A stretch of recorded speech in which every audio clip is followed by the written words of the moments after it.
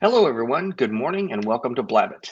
Well, due to some perhaps scheduling and or technical difficulties, our guest is not here yet. We'll see if he shows up here momentarily. We thought at least Paul and I would share some information with you, maybe tell you what's on our minds. You probably don't want to hear that, but we're going to share it anyway. How are you doing Uh, this morning, Paul? I'm doing well, Glenn. For anyone who's tuning in for the first time, it's not normally just you and I, though that's not Correct. necessarily a terrible thing. But No, again, for anybody tuning in for the first time, how about we introduce ourselves? that would be awesome. Well, this is Blabbit, where typically we have experts on here where we pick their brain, share information. Unfortunately, you're going to get to maybe pick what's left of my and Paul's brain. So we'll see how that works. Mhm. My name is Glenn Ingram. I've been working with coaching and training people in the sales realm for the last 2 decades, trying to help them become better listeners so they can be better speakers. And before I forget, Blabbit is brought to you by Open Doors, your premier solution to corporate communication. Hmm. I want to get back to that in just a little bit, Glenn, but Hmm. to live up to my obligations and my protocol. Hello, everyone. My name is Paul Geiger. I am a New York City business and leadership communication coach. I do public speaking as well. And basically, I try to convince everybody that all business communication is a form of public speaking. And if you're feeling a little nervous about it, or you are not having your messages resonate or land with the people, the audiences, the listeners who are zeroing in on you, well, then we need to fix that. And that's what I do with groups, organizations, and individuals. Worked with a lot of executives, a lot of business people. And we're hoping that we can hear a little bit about the inner workings of mortgages and the economy and all of that good stuff when our scheduled guest, Jeff Krolosky, makes his way onto the show. But I want to go back to what you said before, Glenn, about our sponsorship and open doors. Let's just talk a little bit about that because we mention it, but we don't always go into a little bit of detail of what it is and why maybe some of our audience, some of our viewers might want to look into it for their business, for their leadership teams. You want to start? Sure. I think the biggest probably obstacle, or at least one of them, that most companies encounter once they get larger is communication up and down, a teamwork environment, if you will, and buy in from the people on the front lines to the route or direction the people that are leading the teams are trying to do, or directions they're trying to lead them in. And inevitably, people that are maybe towards the front lines don't always communicate and share information back, maybe due to some type of fear, you know, um, r- just afraid to tell the boss what they think. So anytime you can bring in a third party that can talk to both sides or all different levels independently, share information, and then try and help provide a cohesive way to deliver that information and help the people, the management team, communicate maybe more effectively in different realms, different manners, if you will, with employees, it's just going to make a better working environment. It's going to help uh, all goals be easier to achieve. And it's just something that most companies really need a little bit of help with. I mean, we all need help. It does. Coaches have coaches. Mhm. It's always easier sometimes to have someone from the outside in instead of trying to do it internally. Well, that you bring up a really interesting point about this, which is if we look at it, look at the situation from the point of the employees, the direct reports, they maybe won't share all of their opinions or what their real motivations are or the things that they're looking for, possibly the changes that they're looking for because of fear of repercussions.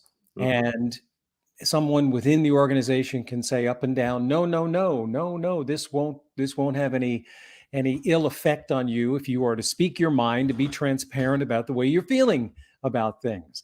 So open doors really gives everyone an equitable opportunity to communicate about what it is they're looking to do, what their goals are, what their aspirations are, and communicate that in a uh, it's a within the organization, of course, but they also get to hear from on the other side, the leadership team is able to communicate very directly what the initiatives are. And aren't things changing very, very quickly these days with the various work environments that we're working with and the way people feel about it? It was so interesting. We were hearing so much about the great resignation just 6, 12 months ago. And all of a sudden that is not as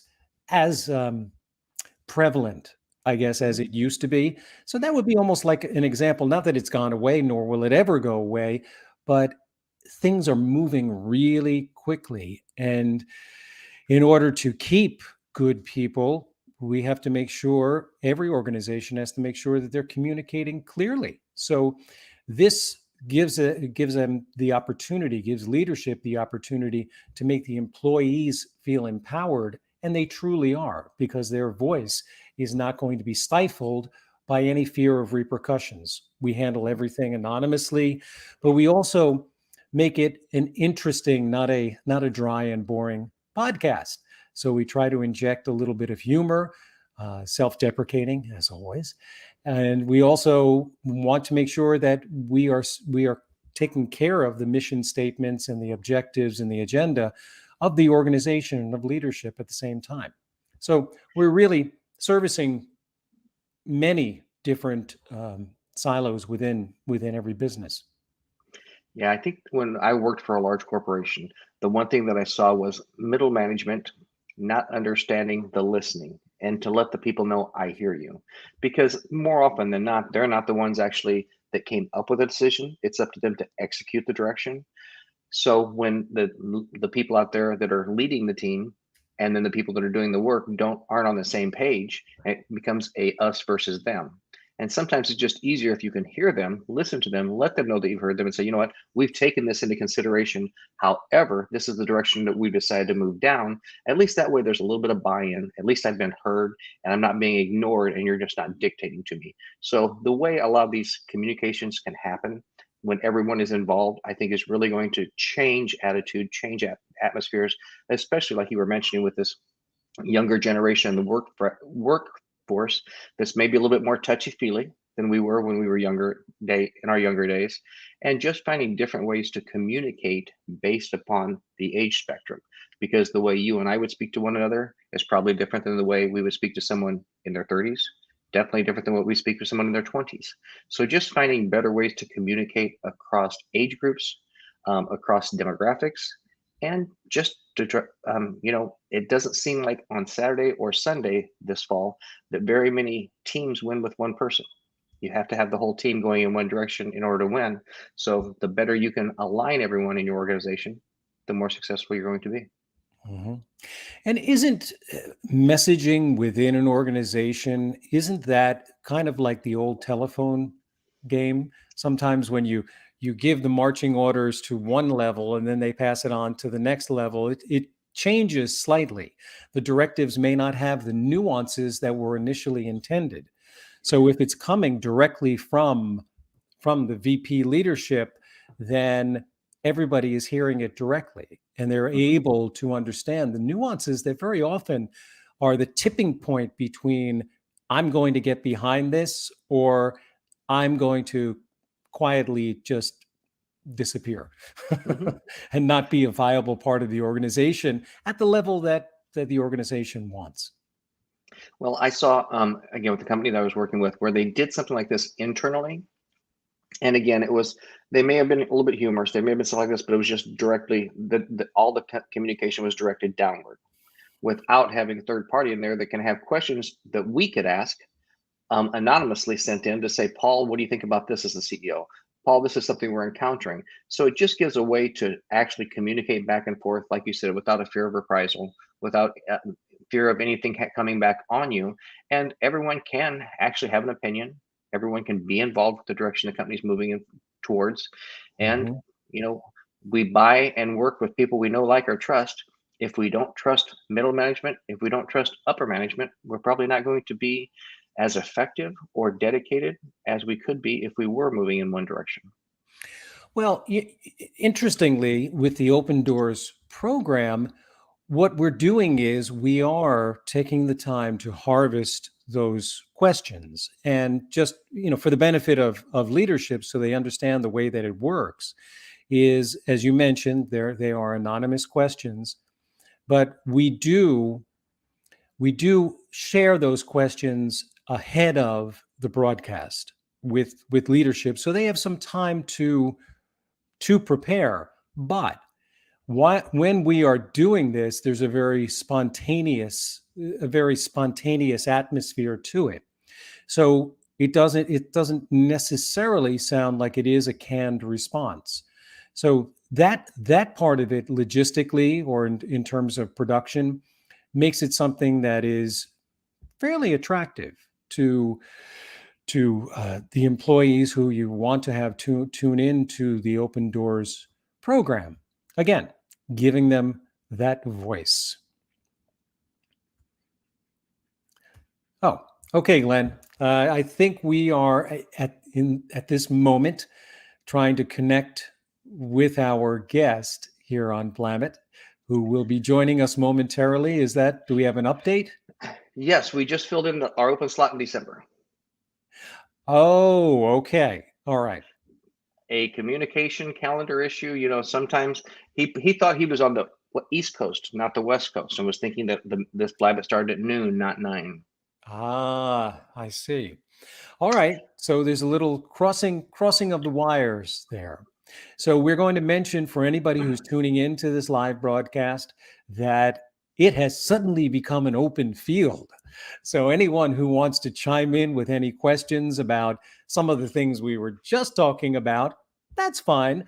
But if you want to pick our brains for the areas of expertise that we claim to be experts in, then please feel free to add your questions to the StreamYard stream, and we will do our best to answer them, as we always do. So I have a question for you, Paul. When we're talking about some of these corporate communication issues, what is some of the things that you help middle management, upper management do with regards to speaking, with regards to coming across more natural, maybe more authentic? What type of advice do you do when you're helping executives become better communicators with their employees? Well, the bottom line, Glenn, as you might imagine, it's all about engagement.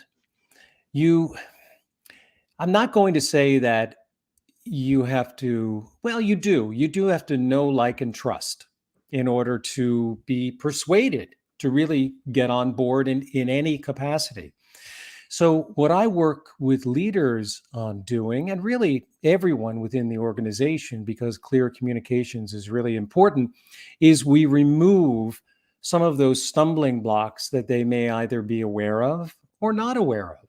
And some of the primary ones are speaking too quickly, overstuffing information, because after all, they are the expert. In fact, suffering from expert syndrome. Many people call it imposter syndrome, but I call it expert syndrome because very often you feel an obligation to prove that you're the expert. And the best way to do that, I think we were taught this in school, was to gather as much information, as much knowledge, and then spew it out. But that's not the way it works in clear communications. You have to be able to offer a structure that doesn't overwhelm people. So that's a big one too, is gaining more clarity, not more knowledge or expertise. I'll leave that, and I do leave that, to the individuals that I work with. And I assume that if this is their calling, if this is their focus of their career, then they do know what is going on. But very often the clarity is something that they're not quite sure what to do. And luckily, there's a very simple template that I offer to them to utilize. And that can really be just laid right onto any topic that you're talking about. It can be used for meetings, for talking to the board, giving presentations, client interactions, all of these things. Even if you're networking, just having more clarity so people get a sense of who you are fairly quickly, and then get to a place where they trust you're speaking in a committed way. Again, potentially leading to a place of persuasion. Well, and we talk about trust. I think has been imperative for years. I think maybe it's even been magnified a little bit more about respect because I always was of the mindset that respect was earned, not given. And you may have someone that's been promoted into a early management or a middle management that doesn't have a lot of experience with it, that thinks just because I have this title now, I'm going to have respect. And I see sometimes with the younger generation that doesn't understand that they have to get up and prove themselves in a business environment to earn that respect on that end. So, what do you think would be some advice you would give either end of the spectrum about how to earn respect? And maybe it's from some of those things you just talked about, being relatable, being approachable, and just having better communication skills. Well, I think it goes back to something that I always say, which is when we watch somebody communicating an idea, we know what we like and we know what we don't like, whatever that might be. And I think respect comes from having a certain amount of confidence, but a certain amount of willingness to listen. In other words, too much confidence without the ability to listen can lead to some respect, but it doesn't cause the respect to go back to the person who is listening to you. So the listening element of that is a shared respect. And I think you can be really confident. Another adjective for that, overconfident or brash. Okay, that would be great. But if you can couple that with the ability to, number one, allow people time to process what it is you're saying out of respect, having enough confidence that you will pique their curiosity. You will tap into their anticipation when you're speaking.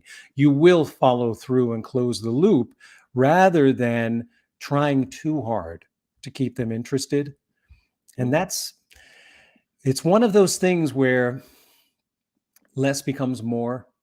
mhm, More focus means less work, but you mhm. have to know the right way to go about doing that. And again, there are many things that I teach that certainly nobody ever told me. But when I'm tasked with having to come up with solutions for things, difficult situations people find themselves in, and public speaking is a difficult one, then again, uh, having to talk to your superiors in a meeting or having to jump in and contribute at a meeting so you actually show up on somebody's radar is a whole nother communication challenge. And then you add in the conflict conversations that happen on a regular basis. Very often we have emotional responses to things, but yet there are better choices of words that allow for more of a collaboration. So we touch on that as well in a lot of the training that I'm doing. And it all really comes back to just developing more and more confidence. You talk about that all the time in the sales process, in your experience, and in the things that you do on a regular basis, right, Glenn? Well, 100%. And I think if you as an employee, you as a middle manager, upper manager, if you aren't all using sales techniques, you're probably going to have issues because if you're not asking questions, if you're not trying to find out what you can do for the other person, then you're just dictating or you're not saying anything. So the more we can ask questions to of one another, the more we can be more conversational versus dictatorial. I think it's just a better work environment. I mean, if you're working for me, Paul, and I ask you, you're not doing very well, I can say, Paul, what's going on? How can I help you? What can I do for you? Not, Paul, your numbers aren't doing very well. We can say the same thing in two different manners. You're going to get very different responses from each of them. Hmm. Right. Exactly. Yeah. Exactly. So it really does come down to choice of words. And it's not, I guess the training that I do is never putting the words in somebody's mouth because Mhm. you always want it to seem like it is very spontaneous when they are speaking. But it's just, I think it's more of an elimination of certain trigger words. Now Mhm. we are talking about in conflict conversations. So that's a big part. That's a Mhm. big part of it. Um, recently I was working with an organization, and I said one of the most difficult things about conflict conversations is wrestling with your own ego. Yeah. Because it comes up. It is one of the first things when you're confronted with a conversation or a difficult task in communicating an idea, you worry about embarrassing yourself. You worry about whether the other person is not going to take it well and make you feel bad. There's a lot of things that need to be adjusted in terms of our egos. And I just thought that was actually something that I had never really communicated. But I had one of those aha moments where I just thought, yes, because of the reactions that we normally have, we want to be right. We want to make sure that we follow through on our obligation to make sure this person gets better if we happen to be managing them. But it does require that we are able to have collaboration, leave the field open for that opportunity. Well, and when someone comes in from the outside, it's a lot easier to look at operations, organizations, and see what's going on, and especially some that have grown quickly. I know I've been working with a company for a few months out in your neck of the woods, and it was kind of interesting. Little things like this that I've gotten drawn into that weren't really related to me, but they were kind of adjacent, let's say. And you say, well, why is this going on, or who did this? And inevitably, whoever's in charge of that gets a little bit defensive. Well, I did this. Why? Well, we all make decisions in a day-to-day life based on what we know and what experiences we have. If you have more experience in this than I do, and I make a decision, sometimes it's hard not to be defensive when you're asking me questions about this, when all along maybe I should have asked your advice, looked at someone that had more experience in subject A, B, or C, just to make better decisions. And as companies are growing quickly, and people are maybe being thrust into positions to make decisions, inevitably, not everything's going to happen perfectly. None of us do Mhm. everything right. We all make mistakes on a daily basis. So I think it's just imperative that to be able to have conversations, difficult conversations, and to turn them into positives versus maybe having them to be negatives. Mhm. Yes, I absolutely agree, Glenn. Awesome. Well, Paul, we could probably talk for hours, but you know what? I'm looking forward to having Mr. Krolosky back on December. Everyone may have something else. They may want to enjoy their lunch in peace for once because they get to listen to us from every Friday. What? No side of Blabbit? Maybe not, maybe not. But we gave him at least an appetizer of Blabbit today. Right. Soup and a side of Blabbit. There you go. Good. Well, I appreciate the opportunity, Glenn, of sharing some of our thoughts about business and corporate communications, about open doors, and how that can be such a benefit to an organization who finds themselves in transition. Aren't we all in transition? So yes, this is something that can help to adapt as quickly as the landscape requires us to do. As I say, if you're not moving forward, you're moving backwards. So yes, you're always in some form of transition. Amen. All right, sir. Have a good week, everyone. We'll see you back here next week. Take care, everybody.